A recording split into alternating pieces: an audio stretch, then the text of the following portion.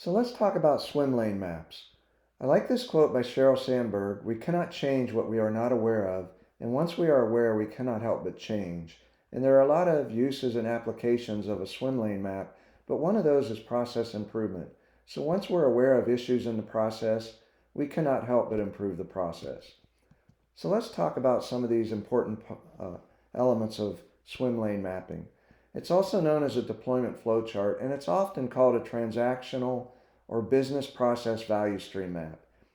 They're used for mapping cross-functional processes across many departments when information passes through different groups. They identify areas for improvement as well as waste elimination. We're going to use basic flowchart symbols in lanes by function, and it looks somewhat like maybe an Olympic swimming pool.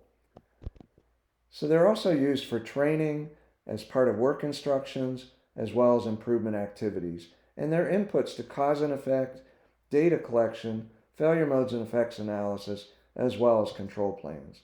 So let's go through some of the steps of creating a swim lane or deployment flowchart. First, we're going to identify the functions that are involved, and those functions are going to be part of the mapping process and the analysis and improvement process. In this case, we have customers, we have sales, accounting, and service. So we have a swim lane for each of those functions. Then as a group, we're going to identify the boundaries of the process. Where does it start and where does it end? And once we've established that and agreed to that, we'll start to list the process steps. And again, we're going to use flowchart symbols such as a process step, a sub-process, or a decision point. And then we'll connect each of those with arrows. And then we can start to look for loop backs and handoffs. And that takes us to the waste walk, or what are all the issues. Once we've identified those, we can start to identify the steps in the process that we wish to either eliminate or improve. So let's take a look at a swim lane map for application development and IT lead time.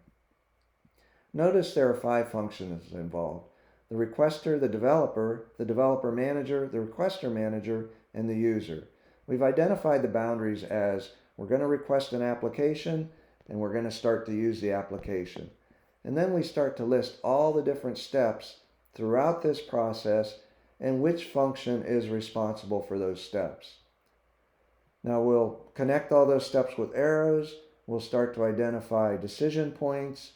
We'll start to identify loop backs, handoffs, when we're correcting defects and so on as part of our waste walk or issue identification. And we'll start to identify those. In this case, it's with red outline. Now again, we have all of these functions involved in this process mapping session.